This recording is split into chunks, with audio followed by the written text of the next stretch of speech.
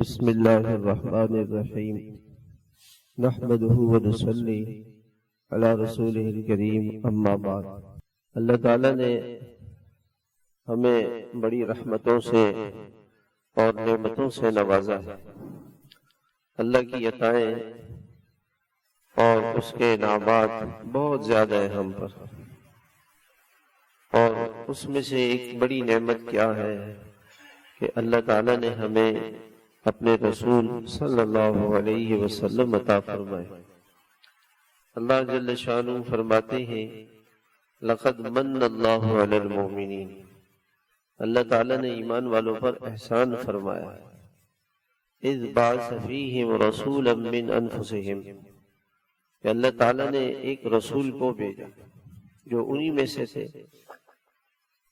تو یہ اللہ تعالیٰ کا بہت بڑا انعام ہے، بہت بڑا کرم ہے کہ اللہ پاک نے ہمیں جناب رسول اللہ صلی اللہ علیہ وسلم عطا فرمائے۔ اسی ربیع الاول کے مہینے میں آپ دنیا میں تشریف لائے، اور عام طور سے تو یہ مشہور ہے کہ 12 ربیع الاول، باقی تاریخ کا صحیح علم اللہ ہی کو ہے۔ مسلمانوں کا جو دین ہے اس کا تعلق رسم و رواج سے نہیں ہے۔ ایک تو یہ نا کہ آدمی حضور صلی اللہ علیہ وسلم کے یوم ولادت کو منائے، کہ جس دن کو منانا ہے، اور جلسے جلوس کرنے ہیں، اور ایک یہ ہے کہ آدمی حضور صلی اللہ علیہ وسلم کی زندگی کو اپنائے۔ اللہ نے اپنے رسول اس لیے بھیجے ہیں کہ ہم ان کی زندگی کو اپنائیں، اس لیے نہیں بھیجیں کہ ایک دن منائیں بس پھر باقی سال بھر چھٹی ہے، اور وہ ایک دن ایسا گزاریں کہ اس میں نمازیں غائب ہو گئی ہیں، اور اس کے اندر جو حضور صلی اللہ علیہ وسلم کی سنتیں ہیں وہ غائب ہو گئی۔ آج جو کچھ ہم 12 ربیع الاول کو کرتے ہیں اور ہم کہتے ہیں کہ جی ہمیں حضور سے محبت ہے، میں آپ سے ایک سوال کرتا ہوں کہ یہ بتائیں کہ ہمیں حضور صلی اللہ علیہ وسلم سے زیادہ محبت ہے یا صحابہ کو زیادہ محبت ہے؟ حضرات صحابہ کرام کو کتنی محبت ہے۔ میں آپ کو ایک واقعہ سناتا ہوں۔ ایک آدمی تھا، وہ ڈرائیور تھا، وہ کہنے لگا کہ میں سوچتا تھا کہ کاش حضور صلی اللہ علیہ وسلم کا زمانہ ہوتا اور میں آپ کی زندگی میں ہوتا، میں آپ کی زیارت کرتا، آپ کی خدمت کرتا۔ محبت میں یہ سوچتا رہتا تھا۔ وہ کہتے ہیں کہ میں نے ایک دن خواب دیکھا کہ میں گاڑی ڈرائیونگ کر رہا ہوں، گاڑی چلا رہا ہوں، تو وہ گاڑی میں جو ہے میں نے دیکھا کہ حضور صلی اللہ علیہ وسلم بیٹھے ہوئے، وہ بڑے بڑے صحابہ کرام بیٹھے ہوئے، میں گاڑی چلا رہا ہوں، بڑا خوش کہ تو اللہ تعالیٰ نے مجھے حضور صلی اللہ علیہ وسلم کی خدمت کا موقع دے دیا۔ کہتے ہیں ہم ایک جگہ پہ گئے، وہ چڑھائی تھی، تو چڑھائی میں گاڑی رک گئی۔ تو آپ کو پتا ہے کہ جب چڑھائی میں گاڑی رکتی ہے تو فوراً اتر کے پیچھے ٹائر کے پیچھے پتھر لگانا پڑتا ہے کہ گاڑی پیچھے کھسک نہ جائے، کھسک جائے گی تو گرنے کا خطرہ ہے، کہیں بھی دائیں بائیں نقصان کا خطرہ ہے۔ تو کہنے لگے کہ میں نے گاڑی روکی اور میں پتھر کی تلاش میں چلا۔ کہتے اللہ کی شان، مجھے پتھر نہیں ملا۔ میں واپس آیا تو میں نے دیکھا کہ صحابہ کرام نے ٹائروں کے نیچے اپنی گردنیں رکھی ہیں۔ آپ سمجھ گئے؟ صحابہ کرام نے گاڑی کے ٹائروں کے نیچے گردنیں رکھی ہیں کہ ہماری گردن کٹ جائے مگر حضور صلی اللہ علیہ وسلم کو تکلیف نہ ہو۔ اللہ کے رسول صلی اللہ علیہ وسلم گاڑی میں بیٹھے ہیں، آپ کی تو بہت بڑی شخصیت ہے، ہماری چاہے گردن کٹ جائے، میں پتھر کی تلاش میں نکلا، صحابہ پتھر کی تلاش میں نہیں نکلے، وہ تو گردنیں نیچے رکھ۔ یہ محبت کی بات ہے، یہ عشق کی بات ہے۔ صحابہ کو اللہ کے نبی علیہ السلام سے جو عشق تھا اس کی کوئی مثال نہیں ہے، اس دنیا میں کوئی مثال پیش نہیں کر سکتا۔ ایسا عشق تھا، ایسی محبت تھی، ایسی محبت۔ حضرت اور یہی محبت جو تھی صحابہ کو حضور صلی اللہ علیہ وسلم کی غلامی پر لے کر آئی. آپ کی جو غلامی صحابہ نے اختیار کی اس میں بنیادی سبب کیا تھا؟ آپ کی محبت، آپ کا عشق. اب صحابہ حضرت انس رضی اللہ تعالیٰ عنہ نے حضور صلی اللہ علیہ وسلم کی ایک حدیث بیان فرمائی. فرمانے لگے کہ حضور صلی اللہ علیہ وسلم نے صلح حدیبیہ جب ہو گئی، کافروں سے جنگ سے تو کچھ امن ہوا، تو یہ سوچا کہ دنیا کے مختلف اقوام کے پاس خطوط لکھے جائیں اور ان بادشاہوں کو اللہ کی طرف دعوت دی جائے، اسلام کی دعوت دی جائے. تو فرماتے ہیں کہ لوگوں نے کہا کہ اسلام کی دعوت خط اس وقت قبول کیا جائے گا جب اس پر مہر لگی. تو حضور صلی اللہ علیہ وسلم نے مہر بنوائی. وہ انگوٹھی میں تھی وہ مہر، آپ نے اس کا نمونہ دیکھا ہوگا.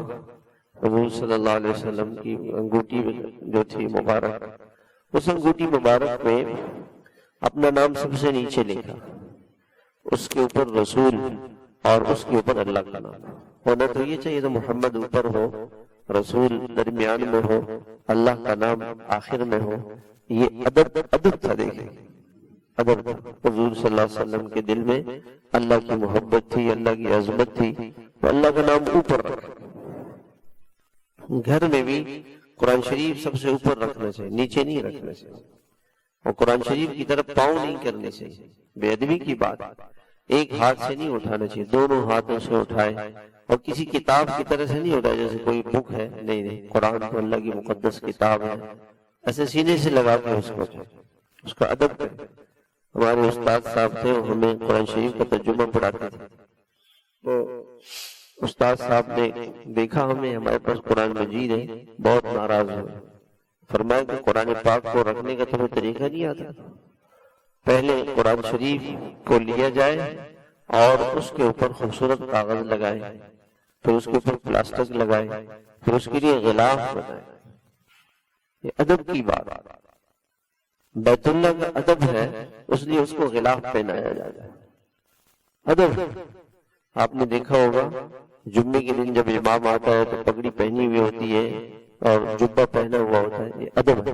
عام آدمی نے تو کرتا شلوار پہنا ہے. اس منبر کا ادب ہے کہ آدمی ایسا لباس پہنے جو عظمت والا ہو، وقار والا ہو. تو اللہ کے نبی علیہ السلام نے جو انگوٹھی مبارک بنائی تو اس میں اللہ کا نام اوپر رکھا. اور صحابہ کرام، ابھی یہ بھی بات بیچ میں چھوڑ کے آگے عرض کرتا ہوں، صحابہ کرام کو حضور صلی اللہ علیہ وسلم سے کتنی محبت تھی، کتنا ادب تھا کہ وہ ممبر مبارک جب بنایا گیا تو آپ علیہ السلام، ممبر کی 3 سیڑھیاں تھیں، ایک اوپر ایسے، ایک نیچے، ایک سے اوپر، 3 سیڑھیاں. تو سب سے اوپر والی سیڑھی پہ آپ تشریف فرما ہوتے تھے اور دوسری سیڑھی پہ آپ کے پاؤں مبارک.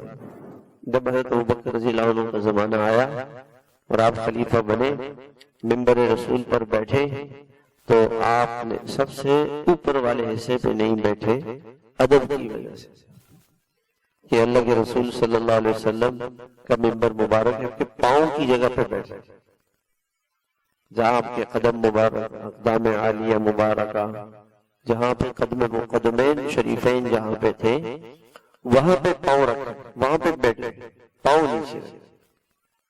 حضرت عمر رضی اللہ تعالیٰ عنہ آئے تو وہ اس جگہ پر بیٹھے جہاں تو بکر رضی اللہ عنہ کے پاؤں تھے. ادب. اس لیے گھر میں بھی والد صاحب اوپر بیٹھے ہو، ہم نیچے بیٹھے، ان کے سامنے کرسی پہ نہ بیٹھے. والد صاحب سرانے بیٹھے، ہم پاؤں کی طرف بیٹھے. والد صاحب سے پہلے گاڑی میں سوار نہ ہو، والد صاحب سے پہلے کمرے میں داخل نہ ہو. کھانا آتا تھا، آپ علیہ السلام، کھانے کا ادب کیا ہے کہ جو گھر میں سب سے بڑا بزرگ ہو، بڑی عمر کا ہو، والد ہے، والدہ ہے، دادی ہے، دادا ہے، چچا ہے، تایا ہے، ان سے کھانا شروع کروائے جائے. یہ ادب کی بات ہے، یہ سنت ہے. تو صحابہ کرام حضور صلی اللہ علیہ وسلم سے محبت کرتے تھے اور یہی محبت آپ کے ادب کا سبب بنتی تھی اور یہی محبت آپ کی غلامی کا سبب بنتی تھی۔ محبت تجھے آداب محبت خود سکھا دے گی، یہ کسی نے سکھایا نہیں صحابہ کو۔ کس نے بتایا تھا تو بکر کو کہ آپ نیچے بیٹھے؟ عشق کی بات، محبت کی بات۔ حضرت عبداللہ ابن عمر رضی اللہ عنہ تشریف لاتے ممبر رسول پر رمانہ، یہ جو کونا ہوتا ہے نا، جیسے کرسی کا یہ والا حصہ اور یہ والا، اس کو رمانہ کہتے ہیں۔ وہ پہلے لکڑی کے ممبر ہوتے تھے، اس میں ایسے گول گنبد بنا ہوا ہوتا تھا، اس کو عربی میں رمانہ کہتے ہیں۔ تو اس جگہ پہ حضور صلی اللہ علیہ وسلم ایسے ہاتھ آتے، تو حضرت عبداللہ بن عمر آتے اور اس پہ ہاتھ رکھ کے اپنے چہرے پہ ملتے تھے اور اس کو بوسہ دیتے تھے کہ اللہ کے نبی کا ہاتھ مبارک یہاں پڑا تھا۔ عشق کی بات، محبت کی بات۔ اور جس جگہ پہ آپ تشریف فرما ہوتے تھے ممبر، اس پہ صحابہ نہیں بیٹھتے تھے، استاد کی کرسی پہ، استاد کے تکیے پہ، استاد کے بیٹھنے کی جگہ پہ استاد کے جوتوں کو استعمال کرنا بے ادبی کی بات ہے۔ ادب ہے جو ہمارا دین ہمیں سکھاتا ہے۔ خیر، تو وہ انگوٹھی صحابہ کرام نے بنا لی۔ عام طور سے انگوٹھی جو ہے آپ نے پہلے سونے کی بنائی، پھر آپ نے اس کو چھوڑ دیا کہ نہیں، سونا مرد کے لیے حرام ہے۔ پھر آپ نے چاندی کی انگوٹھی بنائی۔ اس لیے اگر کوئی آدمی اتباع سنت میں انگوٹھی پہننا چاہتا ہے تو چاندی کی پہنے، لوہے کی، پیتل کی، سونے کی چین لوگ پہن لیتے ہیں۔ سونے کے آج کل تو اللہ معاف فرمائے، لڑکے جو ہے وہ کانوں میں سونے کی بالیاں لگا دیتے ہیں، فیشن ہے۔ ہاتھ میں سونے کا کڑا، یہ حرام ہے۔ سونا مرد کے لیے حرام ہے۔ اللہ کے نبی علیہ السلام نے فرمایا، جو دنیا میں سونا پہنے گا اور دنیا میں شراب پیے گا، وہ جنت میں سونے سے محروم کر دیا جائے گا اور اس کو جنت کی پاکیزہ شراب نہیں پلائی جائے گی۔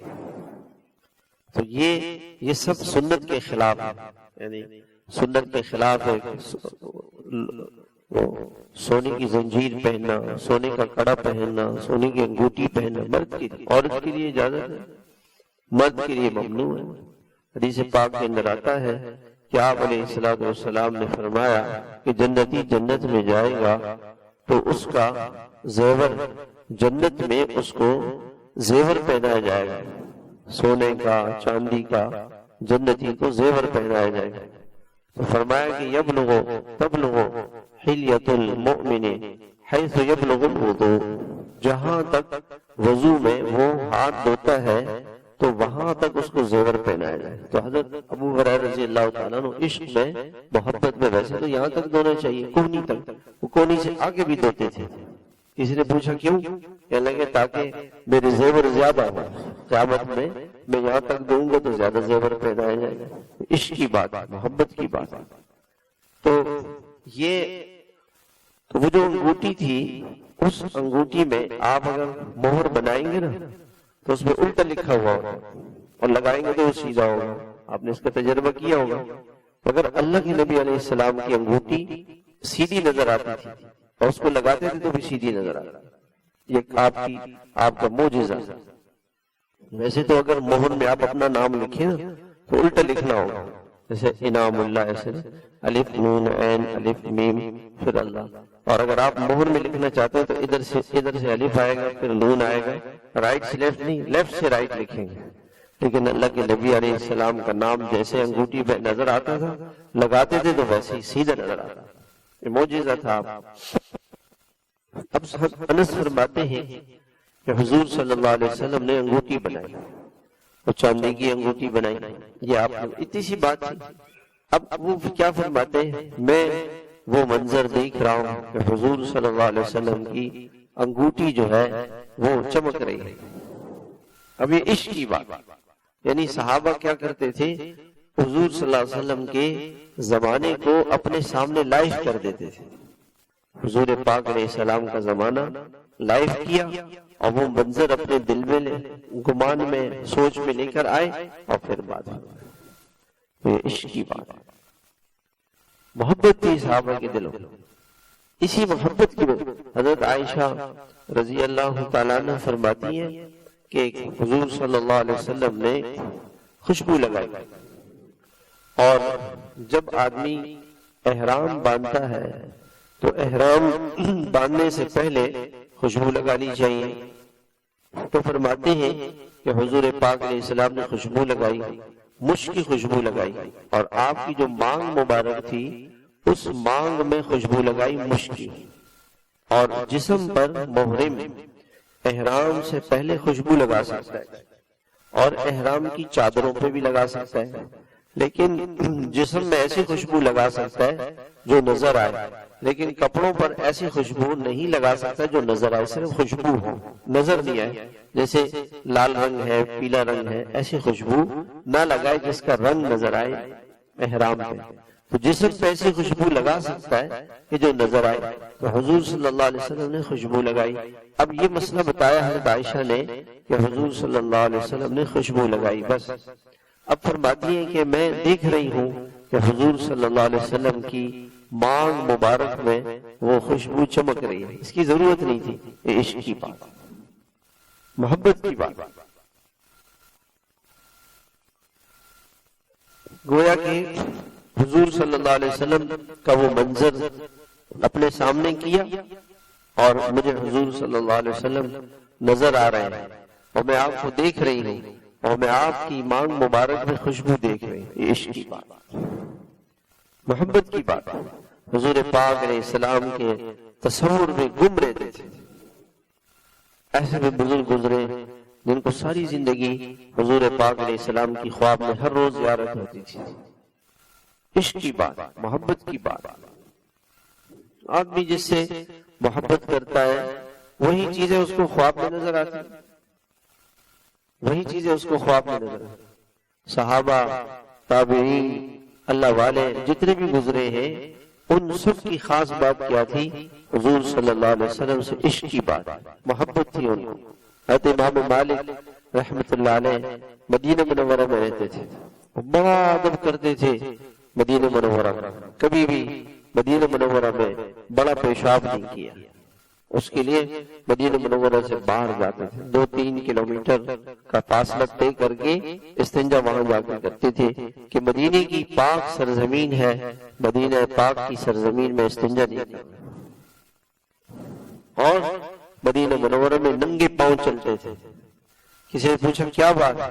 فرمایا کہ حضور پاک علیہ السلام کے قدم مبارک اس زمین پر پڑے ہیں اور میرے جوتے اس پہ پڑے ہیں. اور سواری پہ کبھی سوار نہیں ہوئے، مدینہ منورہ میں کبھی سواری پر سوار نہیں ہوئے. سواری پر کہ یہ بے ادبی کی بات ہے کہ حضور پاک علیہ السلام کے قدم مدینے میں پڑے اور ہم اس پر جانور پر بیٹھ کر کے گزرے. تو یہ عشق تھا، یہ محبت تھی. اسی محبت اور عشق کی وجہ سے انہوں نے حضور کی غلامی اختیار. حضرت امام مالک رحمۃ اللہ علیہ مدینہ منورہ سے باہر نہیں جاتے تھے.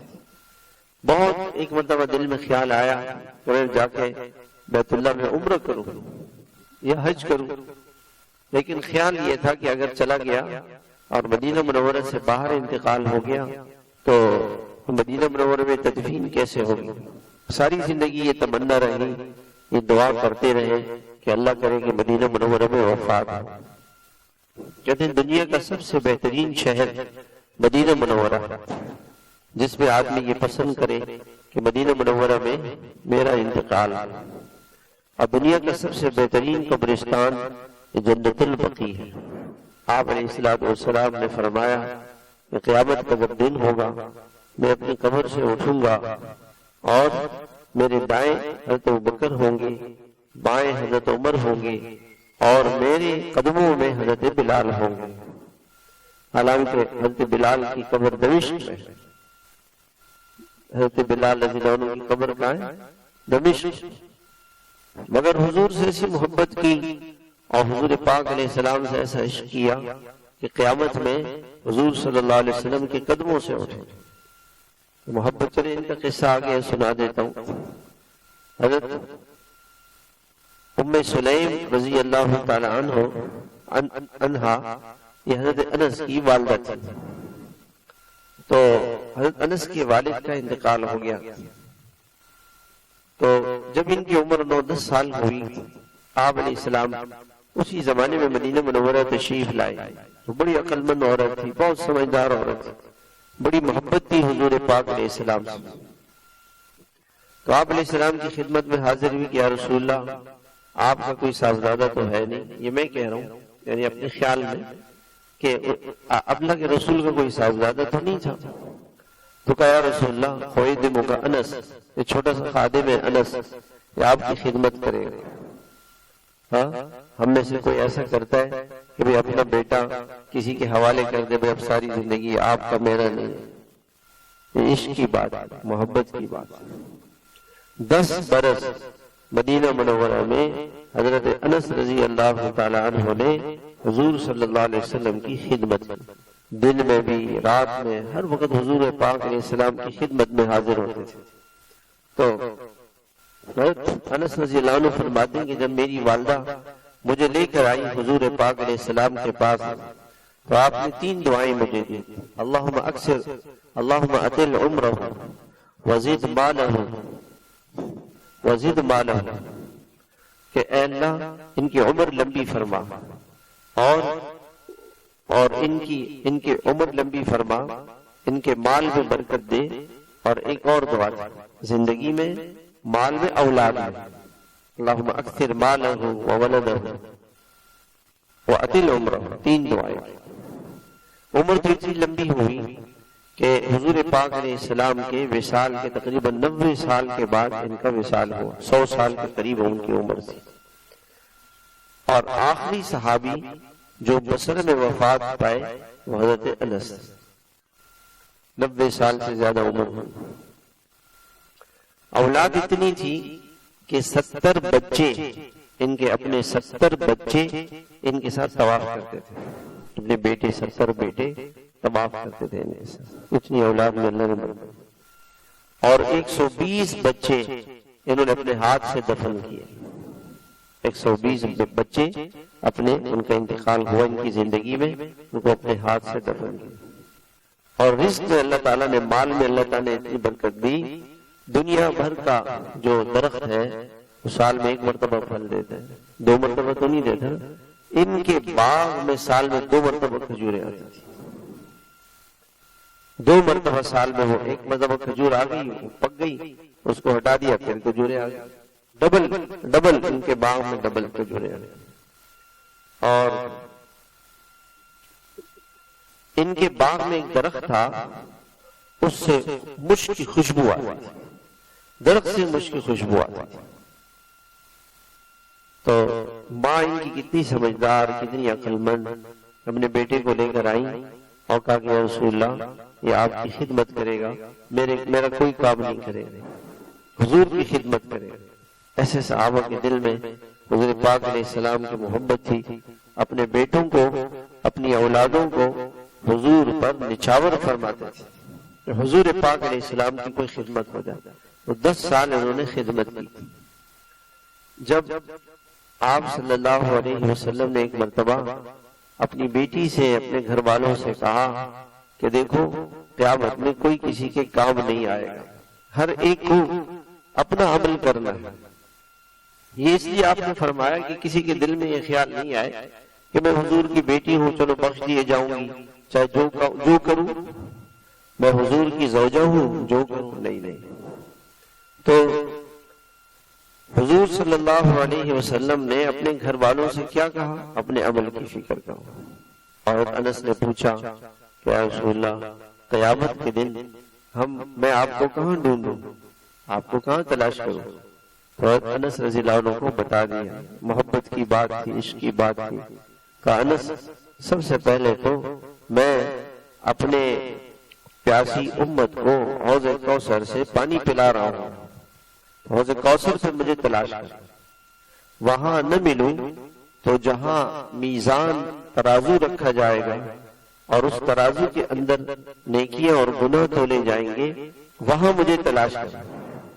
اور وہاں اگر نہ ملوں تو پل صراط پر مجھے تلاش کرنا کہ اگر میں اپنی پیاسی امت کو پانی پلا رہا ہوں گا, یا جب میری امت حساب دینے آئے گی اور ان کی نیکیوں میں کمی ہوگی تو میں اللہ سے یہ عرض کروں گا کہ اللہ ان کو معاف کر دے، بخش دے، کسی کی کچھ نیکیاں کم، کسی کے گناہ زیادہ، تو اپنی امت کو بخشوانے کے لیے ترازو کے پاس کھڑا ہو جاؤں گا، اور جب وہاں سے بھی امت بچ جائے گی اور پل صراط پر سے گزرے گی تو گناہوں کی وجہ سے لوگ پل صراط پر سے کٹ کٹ کے نیچے گریں گے۔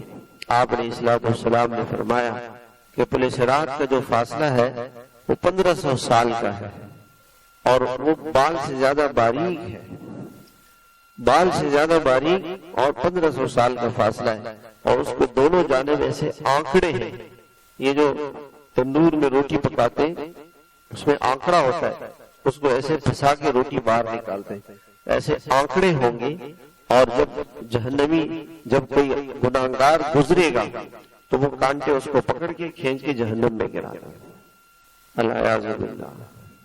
تو وہاں میں کھڑا ہو کر اپنی امت کو گناہوں سے، اپنی امت کو جہنم سے بچاؤں۔ انس کو پتہ بتا دیا، انس کو پتہ بتا دیا۔ ایک مرتبہ حجاج بن یوسف بڑا ظالم تھا اور یہ اللہ کے نیک بندوں کے پیچھے لگا رہتا تھا، تو اس نے ارادہ کیا، اپنے جلاد سے کہا کہ انس کو بلاؤ، اور دربار میں بلا کر جلاد سے کہا جب میں یوں کروں تو ان کی گردن اڑا دینا۔ جلاد نے ان سے پوچھا، اس وقت حجاج گھوڑوں کا معائنہ کر رہا تھا، تو پوچھا کہ حجاج نے کہ انس رضی اللہ عنہ کہ یہ میرے گھوڑے کیسے ہیں؟ کہا یہ گھوڑے تو نے اس لیے پالے ہیں لوگوں کو دکھانے کے لیے، تو جہنم میں لے کے جائیں گے۔ اچھا تو کیسی بات کرتا ہے میرے سامنے، تم مجھ سے ڈرتا نہیں ہے؟ میں نے تجھے قتل کے لیے بلایا ہے تو تم میرا کچھ نہیں کر سکتے۔ کیوں کہ میں نے حضور صلی اللہ علیہ وسلم کی 10 سال خدمت کی ہے، 10 سال، اور اس پر حضور پاک علیہ السلام نے مجھے ایک دعا سکھائی، میں نے وہ دعا پڑھ لی ہے، اور حضور پاک علیہ السلام نے فرمایا کہ جو کوئی اس دعا کو پڑھ لے گا تو دنیا کا کوئی ظالم، دشمن، بادشاہ کوئی اس کو نقصان نہیں پہنچا سکتا۔ میں نے وہ دعا پڑھ لی، تو حجاج نے کہا کہ وہ مجھے سکھا دو، کہا نہیں تمہیں نہیں سکھاؤں گا۔ پھر اپنے شاگرد کو موت کے وقت بتا دی، تو جلاد سے کہا ان کو لے جاؤ۔ تو جلاد نے آ کے پوچھا کہ آپ نے تو کہا تھا ان کو قتل کروں، تو آپ نے کیوں چھوڑا اس کو؟ کہا کہ جب انہوں نے کہا کہ میں نے حضور صلی اللہ علیہ وسلم سے دعا سیکھی ہے، تو جیسی انہوں نے کہا ان کے کندھے پہ 2 شیر آ گئے، اور وہ میری طرف منہ کھولے ہوئے تھے، تو میں نے کہا ان کو لے جاؤ، ان کو لے جاؤ۔ تو صحابہ کرام کی محبت کو دیکھیں کہ ایک ماں بچے سے کتنی محبت کرتی، 10 سال کا بچہ ہو، گھر کے کام کاج کے لیے انہوں نے ان کو حضور صلی اللہ علیہ وسلم کی خدمت کے لیے وقف کر دیا کہ حضور کی خدمت کرے گا۔ ہزاروں حدیثیں حضرت انس رضی اللہ تعالیٰ عنہ سے امت تک پہنچی۔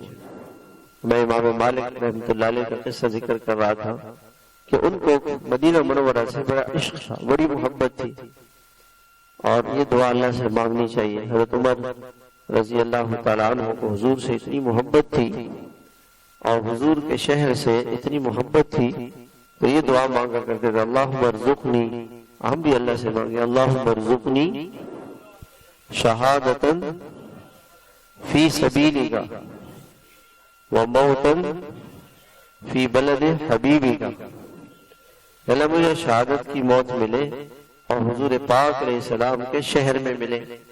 تو لوگ کہتے تھے عمر یہ کیسے ہوگا؟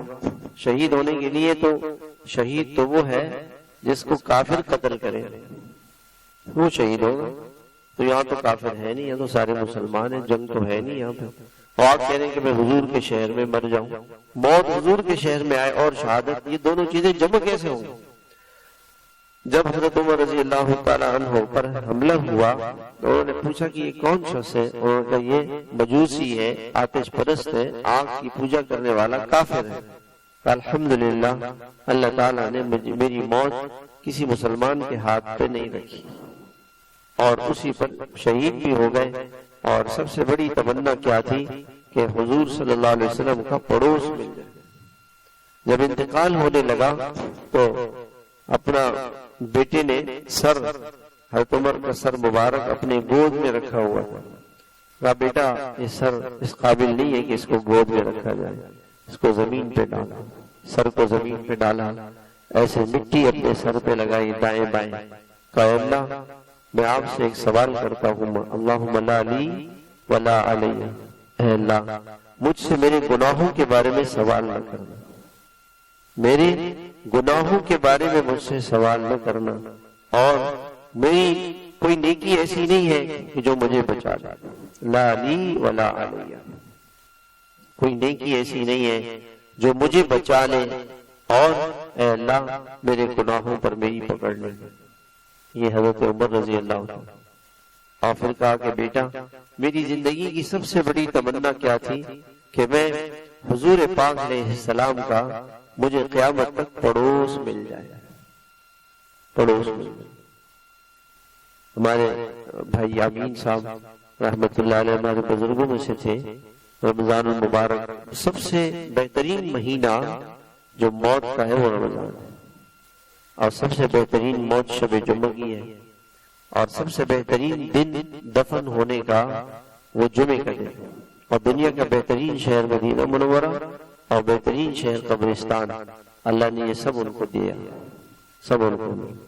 ان کے پوتے نے کہا ہمیشہ دعا کرتے تھے کہ اللہ مجھے حضور پاک علیہ السلام کا قرب عطا فرما، آپ کا قرب عطا فرما۔ ہم تو دنیا مانگتے ہیں نا اللہ پر، گاڑی چاہیے، پیسہ چاہیے، چیزیں چاہیے، سامان چاہیے۔ فرماتے تھے کہ اللہ مجھے حضور کا قرب عطا فرما۔ اللہ نے ان کو ہمیشہ کے لیے حضور کا پڑوسی بنا دیا۔ قیامت کے دن آپ علیہ السلام اپنی قبر مبارک سے اٹھیں گے اور جنت البقیع کے سارے مدفون بھی آپ کے ساتھ اٹھیں گے اور آپ کے ساتھ اللہ کے دربار میں جائیں گے۔ کتنی بڑی بات ہے، قیامت کے دن سب سے بڑا، سب سے زیادہ نفع اور سب سے بڑا مقام اس شخص کا ہوگا جو حضور پاک علیہ السلام کا پڑوسی بن جائے، جو حضور پاک علیہ السلام کا پڑوسی بن جائے تو آپ کا پڑوس وہ جنت البقیع والوں کو ملے گا۔ وہ بڑے خوش قسمت لوگ، بڑے خوش قسمت لوگ۔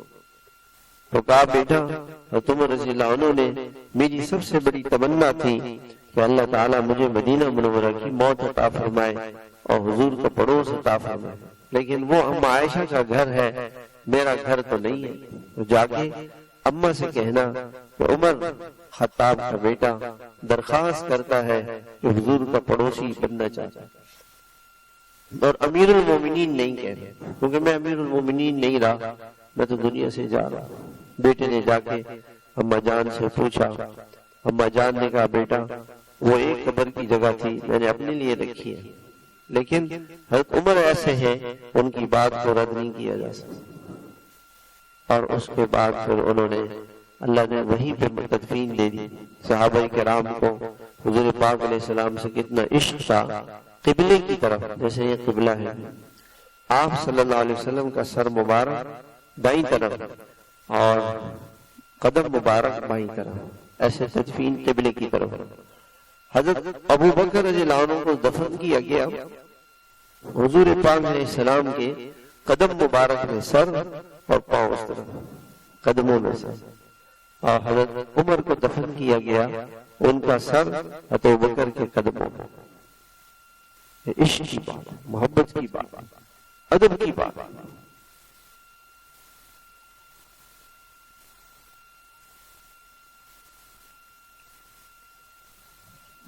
صحابہ اتنا چھوٹی چھوٹی چیزوں میں ادب کر دیں، حضور کے ساتھ قبر بھی اپنی برابر میں نہیں بنائی، اور منبر رسول پر وہاں نہیں بیٹھتے تھے جہاں اللہ کے رسول بیٹھتے تھے۔ عشق کی بات، محبت کی بات۔ حضرت حضور صلی اللہ علیہ وسلم کا وصال ہوا، تو وصال کے بعد جو آپ کا مصلی تھا، آپ کے زمانے میں محراب نہیں ہوتی تھی، سب سے پہلے جو محراب بنی ہے وہ حضرت امیر معاویہ رضی اللہ تعالی عنہ کے زمانے میں بنائی، انہوں نے بنائی۔ ان پر قاتلانہ حملہ ہوا، منافقین نے حملہ کیا، تو پھر انہوں نے اپنے حفاظت کے لیے باڈی گارڈ رکھے اور منبر اور محراب بنایا، محراب اس وقت بنی۔ تو پہلی صف میں حضور پاک علیہ السلام کھڑے ہوتے تھے، جیسے وہ ستون ہے وصال کے طور پر۔ تو جب حضور پاک علیہ السلام کا وصال ہوا تو حضرت ابوبکر نے اس جگہ کو جہاں آپ کا سر مبارک، جسم مبارک آپ کھڑے ہوتے تھے، قدم مبارک کے علاوہ باقی ساری جگہ کے اوپر دیوار لگا دی، تاکہ کسی کا انجانے میں اس جگہ پہ پاؤں نہ پڑے جہاں پر حضور پاک علیہ السلام کا سر مبارک لگا، کسی کا پاؤں اس پہ نہ پڑے۔ اور وہ جگہ کھلی چھوڑ دی، وہ جگہ کھلی چھوڑ دی جہاں حضور صلی اللہ علیہ وسلم کے قدم مبارک پڑتے تھے، وہ جگہ کھلی ہوئی۔ حضرت انس رضی اللہ تعالیٰ عنہ فرماتے ہیں کہ میری والدہ حضرت ام سلیم رضی اللہ تعالیٰ عنہ حضور صلی اللہ علیہ وسلم کی خالہ تھی، دور کی خالہ تھی۔ تو حضور پاک علیہ السلام ان کے گھر میں جا کے آرام فرماتے تھے۔ ایک مرتبہ آپ کی آنکھ کھلی تو انہوں نے دیکھا کہ آپ علیہ السلام چمڑے پہ سوتے تھے، چمڑا جو جیسے ہمارا ایک تو وہ چمڑا ہوتا ہے نا بالوں والا، وہ نہیں، بال اس کے صاف کر لیں پھر وہ چمڑا ہوتا ہے، اس چمڑے پہ سوتے تھے۔ تو پسینہ آتا تھا آپ کو، تو وہ جو پسینہ تھا اس کو جمع کر رہی تھی، وہ بہہ رہا تھا، اس کو بوتل میں ڈال رہی۔ تو حضور پاک علیہ السلام کی آنکھ مبارک کھلی تو آپ نے فرمایا کہ ام سلیم یہ کیا کر رہی ہو؟ کہا رسول اللہ صلی اللہ علیہ وسلم آپ کے پسینے مبارک کو جمع کر رہی ہوں۔ کہا کیوں؟ کہ جب یہ میں کسی خوشبو میں ملاتی ہوں تو وہ خوشبو ایسی ہو جاتی ہے کہ دنیا کی کوئی خوشبو اس کا مقابلہ نہیں کر سکتی۔ آپ کے پسینے مبارک سے خوشبو آتی۔ ایک صحابی تھے، ان کی 4 ازواج تھی، 4 بیویاں تھیں، اور وہ ہمیشہ جب آتے تھے گھر میں ان کے جسم سے خوشبو مہک رہی ہوتی تھی۔ تو ایک دن چاروں نے مل کے پوچھا کہ ہم بڑی سی بڑی اچھی سی اچھی خوشبو لاتے ہیں، لیکن آپ کے جسم سے جو خوشبو آ رہی ہے یہ کہاں سے آپ لاتے ہیں؟ ہم مہنگی سی مہنگی اچھی سی اچھی خوشبو منگواتے ہیں، لیکن آپ کے جسم سے کیسے خوشبو آ رہی ہے یہ ہمیں بتائیں، کہاں سے لاتے ہیں؟ تو میں تو کہیں سے نہیں لاتا، یہ تو ہو نہیں سکتا۔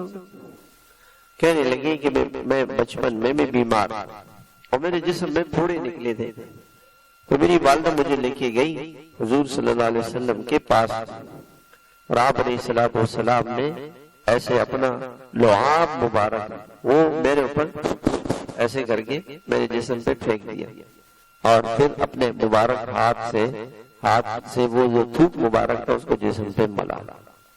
کہ جب سے حضور پاک علیہ السلام کا لعاب مبارک اور آپ کا ہاتھ مبارک میرے جسم پہ لگا ہے، اس وجہ سے میرے جسم سے خوشبو آتی، اور یہ خوشبو موت تک آتی، موت تک آتی۔ صحابہ فرماتے ہیں کہ آپ ہم سے مصافحہ فرماتے ہیں تو سارا دن ہمارے ہاتھ سے خوشبو آتی، سارا دن۔ آپ جس گلی سے گزر جاتے تھے لوگوں کو یہ پتہ چل جاتا کہ حضور پاک علیہ السلام یہاں سے گزرے ہیں، اس راستے سے سارا دن خوشبو آتی رہتی، سارا دن۔ حضرت انس رضی اللہ تعالیٰ عنہ فرماتے حضور پاک علیہ السلام کے ہاتھ مبارک سے ایسی خوشبو آتی تھی کہ اللہ کی قسم میں نے دنیا کی کسی مشک اور عنبر میں وہ خوشبو نہیں دیکھی جو کہ آپ کے ہاتھ مبارک سے آتی تھی، آپ کے پورے جسم اقدس سے خوشبو آتی تھی۔ آج بھی وہ خوشبو موجود ہے حضور پاک علیہ السلام کی، آج بھی موجود ہے۔ وہ جگہ جہاں حضور پاک علیہ السلام کے قدم مبارک تھے اس جگہ سے ابھی بھی وہ خوشبو آتی۔ ہمیں تو اللہ نے موقع دیا، اور پہلے جب ہم جاتے تھے تو امام چونکہ نماز آگے پڑھاتا تھا، جو آگے کا حصہ یہ حضرت عثمان نے تعمیر کیا تھا مسجد کی توسیع کے لیے، اسی میں منبر محراب تھا۔ جب وہ زیارت کرنے والے لوگ زیادہ ہو گئے تو وہاں کی حکومت نے اس حصے کو اب صرف زیارت کرنے والوں کے لیے رکھ دیا، اور مصلی وہی ہے اب جو حضور صلی اللہ علیہ وسلم کے جو محراب بنا ہوا ہے وہ جگہ تھی۔ اس محراب کے ساتھ جو محراب ہوتے ہیں، ہر محراب میں 2 دیواریں ہوتی ہیں، ایک اس طرف ایک اس طرف۔ جو اگر قبلہ اس طرف ہے تو محراب کے قبلے میں جو محراب ہے اس کا دایاں بازو جو ہے یعنی دایاں پلر اس پلر میں نیچے وہ جگہ ہے جہاں حضور صلی اللہ علیہ وسلم کے قدم مبارک تھے، اور اس پہ لکھا ہوا ہے حاذی مصلی الرسول صلی اللہ علیہ وسلم۔ اب وہاں پہ کسی کو نہیں کھڑا ہونے دیتے، چونکہ اب وہاں پہ امام کھڑا ہوتا ہے تو امام کی سیکورٹی کی وجہ سے اس جگہ کو بند رکھتے ہیں۔ ہم نے خود اپنے آنکھوں سے اور ناک سے وہ خوشبو سونگی ہے اس جگہ سے، جب ہم وہاں سجدہ کرتے تھے تو مہک آتی تھی خوشبو کی، تو آج بھی خوشبو ہے۔ حضور پاک علیہ السلام ایک بڑے عالم تھے مدینہ منورہ میں، وہ فرماتے تھے آج سے 60-70 سال پہلے جب مدینہ منورہ میں کچی عمارتیں تھیں، مٹی کے مکان، مٹی کے راستے، تو مدینہ منورہ کی فضاؤں سے خوشبو آتی تھی۔ اب تو اللہ معاف فرمائے، ٹی وی، گناہ، برائیاں زیادہ ہو گئی، مکان پکے بن گئے، سڑکیں بن گئی، وہ چیز نہ رہی، وہ چیز نہ رہی۔ تو میرے محترم بھائیوں، اللہ پاک نے ہمیں رسول پاک علیہ الصلوۃ والسلام دیے ہیں۔ میں نے یہ عرض کیا تھا کہ اللہ کی بڑی نعمت ہے۔ اب 12 ربیع الاول صحابہ کرام نے بھی منایا، ٹھیک ہے نا جی، منایا، اور صحابہ کرام نے جھنڈے لگائے، ہرے رنگ کے جھنڈے، اس پہ گنبد خضرا بنایا، اور 12 ربیع الاول کو جلوس نکالا، سبیلیں لگائیں، اور 12 ربیع الاول کو جلسے کیے، اور اپنے گھروں پہ چراغاں کیا صحابہ نے۔ ایسا ہوا ہے؟ آپ نے کسی کتاب میں پڑھا ہو، سنا ہو؟ اور صحابہ ہم سے زیادہ عاشق تھے۔ میں نے تو آپ کو چند قصے سنائے ہیں صحابہ کے عشق کے، اگر میں یہ قصے سنانا شروع کروں تو فجر ہو جائے، ایسا عشق تھا صحابہ میں۔ پھر صحابہ نے 12 ربیع الاول کو پوری زندگی میں کیا کیا، کیا کیا آپ اس کو معلوم کریں علماء سے۔ کہتے جی خوشیاں مناتے ہیں، منائے خوشیاں، کہ خوشی ویسے منائے جیسے صحابہ نے منائی، جیسے حضور نے منائی۔ حضور پاک علیہ الصلوۃ والسلام نے یہ فرمایا تھا کہ 12 ربیع الاول کو یہ کرو، یہ کرو۔ حضور کی ولادت کا دن منانے کا نہیں ہے، آپ کی زندگی اپنانے کا ہے۔ آپ کی زندگی کو اپنائیں، آپ سے محبت کریں، آپ سے عشق کریں، آپ کی سنتوں کو اپنائیں۔ آپ نے جن چیزوں سے روکا ہے اس سے رک جائیں۔ آپ نے جھوٹ سے روکا، چوری سے روکا، زنا سے روکا، شراب سے روکا، آنکھوں کے گناہوں سے روکا، ناچنے سے روکا، اس سے روکا۔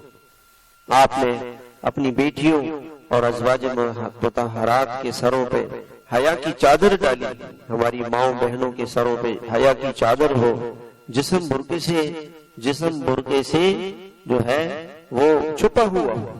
میں نے حضرت فاطمہ رضی اللہ عنہ کا قصہ سنایا تھا کہ ان کا وصال، انہوں نے انتقال سے پہلے، جیسے آج کی رات کو انتقال ہونا ہے، تو اپنی خادمہ سے کہا کہ آج کی رات میرا انتقال ہو جائے گا، اور جب میرا انتقال ہو تو میرا جنازہ جب لے کے جانا تو رات کو لے کے جانا، دن کو نہیں، تاکہ میرے جنازے پر بھی کسی کی نظر نہ پڑے۔ اس زمانے میں تو رات کو بجلی تو ہوتی نہیں تھی، اندھیرا ہوتا تھا، اندھیرے میں میرا جنازہ نکلے، اور میرے جنازے پہ کفن کے اوپر کوئی چیز ڈال دینا، جیسے آپ نے دیکھا ہوگا جنازے کی چارپائی پہ ایسے وہ کفن پوش پڑا ہوتا، اور اس پہ چادر ڈالنا، تاکہ میرے کفن پر بھی کسی کی نظر نہ ہو۔ کوئی یہ نہ کہے کہ حضور پاک علیہ السلام کی بیٹی لمبی تھی، موٹی تھی، پتلی تھی، ایسی تھی، یہ نہ کہے۔ رات کو جنازہ ہوا، دن کا انتظار نہیں کیا گیا، اندھیرے میں جنازہ لے کے جائے گا۔ اور رات کے جنازے میں لوگ زیادہ ہوتے ہیں کم ہوتے ہیں؟ بتائیں نا بھائی، کم ہوتے ہیں، کسی کو پتہ نہ چلے، رات کو جنازہ جائے گا کسی کو پتہ نہ چلے، ایسی حیات ہے۔ تو ہماری مائیں اور بہنیں حضور پاک علیہ السلام کی بیٹیوں سے حیا سیکھیں، پردہ سیکھیں، حیا سیکھیں، پردہ سیکھیں۔ حضور پاک علیہ السلام سے محبت کیا ہے؟ آپ کے ارشادات کو اپنی زندگی میں لے کر آئے۔ آپ نے فرمایا جنت ماں کے قدموں تلے۔ ہم ماں کو ناراض کر رہے ہیں، ہم ماں کو ناراض کر رہے ہیں، ہم باپ کو تکلیف پہنچا رہے ہیں۔ اللہ کے نبی علیہ الصلوۃ والسلام نے فرمایا کہ جنت کا سب سے اچھا دروازہ سب سے بڑا دروازہ آپ کے لیے آپ کا باپ ہے. آپ باپ کی خدمت کرنا یہ آپ کو جنت میں لے کے جائے گا. ہم ماں باپ کا دل دکھا رہے ہیں، ماں باپ کہہ رہے بیٹا موبائل نہیں استعمال کرو، ہم کر رہے. تو حضور پاک علیہ السلام کے اخلاق، آپ کی زندگی، آپ کی نماز، آپ کے روزے، آپ کا صدقہ، اور آپ علیہ السلام پہ درود شریف کثرت سے پڑھے. کوئی دن بھی ایسا نہ گزرے. آپ علیہ السلام نے فرمایا اکثرهم علی صلاۃ یوم الجمعہ اقربهم منی یوم القیامہ، جو جمعے کے دن کثرت سے مجھ پہ درود شریف پڑھے گا وہ قیامت کے دن سب سے زیادہ میرے سے قریب ہو. سب سے زیادہ حضور سے قریب وہ شخص ہوگا جو کثرت سے درود شریف پڑھے. تو درود شریف کی کثرت، کوئی دن ہمارا ایسا نہ ہو جو درود شریف کے بغیر گزرے، اور درود شریف پڑھنے سے پہلے باوضو ہو جائے، قبلہ رخ ہو جائے اور آنکھیں بند کر لے. تصور میں یہ جمال ہے کہ میں حضور پاک علیہ السلام کے مبارک شہر میں پہنچ گیا ہوں اور روئے میں اس قابل نہیں ہوں، میں تو روح میرا گناہوں میں لت پت ہے.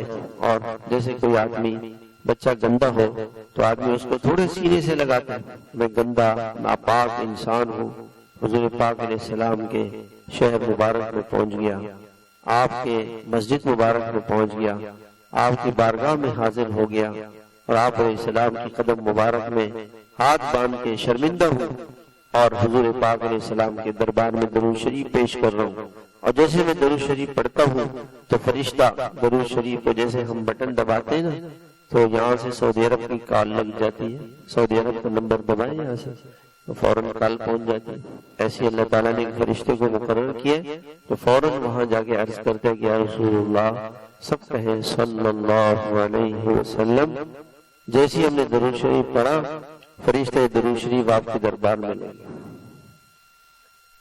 ہمارا نام اور فرشتہ آپ صلی اللہ علیہ وسلم کے دربار اقدس میں آپ کا نام لے کر اور آپ کے والد کا نام لے کر فلاں کے بیٹے فلاں نے یا رسول اللہ، جیسے ہمارے پاس کال آتی ہے نا اس میں نام لکھا ہوا ہوتا ہے، فلاں کی کال آتی ہے نا اس میں نام لکھا ہوتا ہے. اگر ہم نے نام سیو کیا ہو تو فرشتے فوراً یہ وہاں پہنچا دیتے یا رسول اللہ فلاں شخص نے آپ کے پاک دربار میں یہ درود شریف کا ہدیہ بھیجا ہے. کتنی بڑی بات ہے.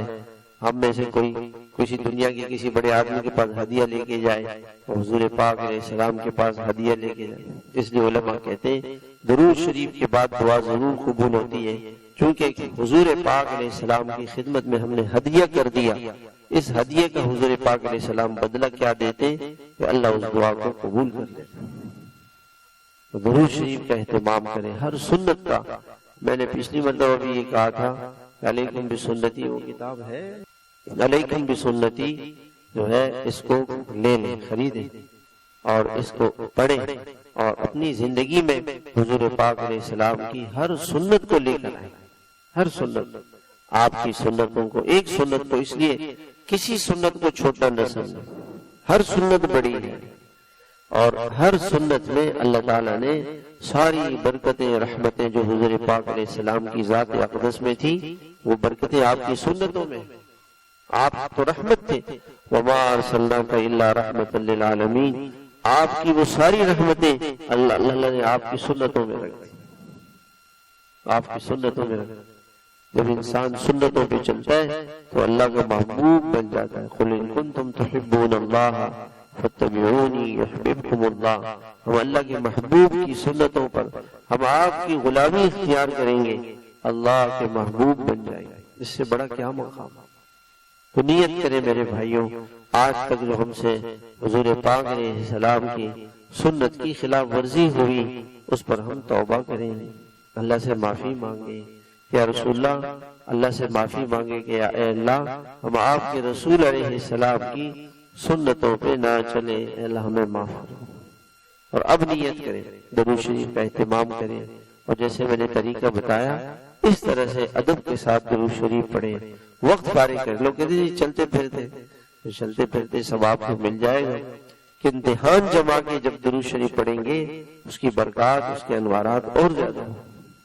اللہ پاک ہمیں عمل کی توفیق عطا فرمائے۔